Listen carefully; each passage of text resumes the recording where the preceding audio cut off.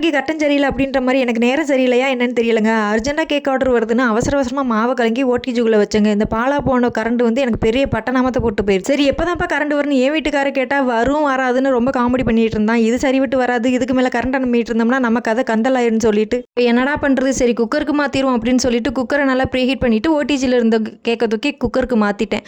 சரி நமக்கு baking start பண்ண புதுசுலாம் குக்கரில் தானே பண்ணணும். ஓடிஜி வந்ததுக்கப்புறம் குக்கரை மறந்தாச்சு. ஸோ இந்த மாதிரி ஏதாவது ஒரு சம்பவம் நடந்தால் தானே பழசை வந்து நம்ம ஞாபகப்படுத்தி பார்ப்போம். நான் குக்கரை திறந்து பார்த்தா அப்போ கேக் பர்ஃபெக்டாக வந்துருந்தது. கேக்கை வெளியில் எடுத்ததுக்கு அப்புறம் நல்லா பார்த்தா செம சாஃப்டாக இருந்ததுங்க, சூப்பராக இருந்தது. அது அப்படியே கவுத்தி பார்த்துட்டு எடுத்தால் எனக்கே ஆச்சரியமாக இருந்தது. ஓடிஜியை விட குக்கரில் செம ரைஸாக கிடச்சிருந்தது கேக்கு, செம பர்ஃபெக்டாக வந்தது. நம்ம கூட நினச்சேன் தேவையில்லாத ஆணியை பிடுங்குறோமோ அப்படின்னு, பரவாயில்ல நல்லா தேவை உள்ள ஆணியை தான் பிடுங்கியிருக்கோம்.